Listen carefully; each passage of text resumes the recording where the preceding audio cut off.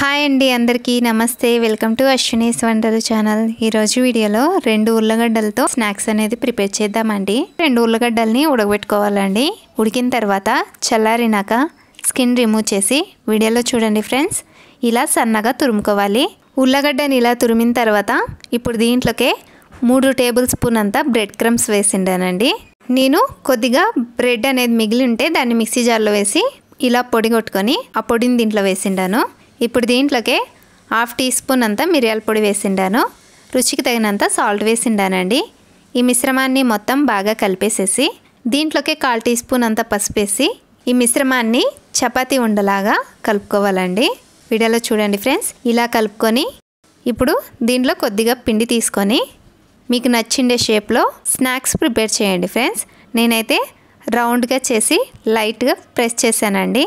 ఇంతేనండి, ఇలాగే అన్నీ ప్రిపేర్ చేసుకొని గిన్నెలోకి తీసుకుంటాను।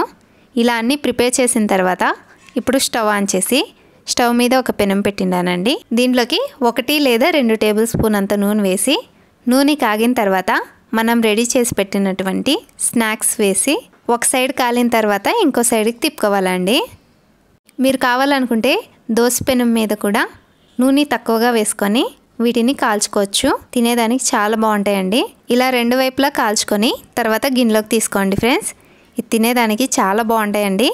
దీంట్లోకి సైడ్ డిష్గా ఏం అవసరం లేదు, కావాలనుకుంటే టమాటో కెచప్తో సర్వ్ చేసుకోండి ఫ్రెండ్స్।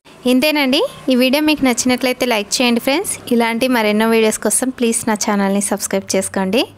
మళ్ళీ వచ్చే వీడియోలో కలుద్దాం, అంతవరకు bye, take care, thanks for watching.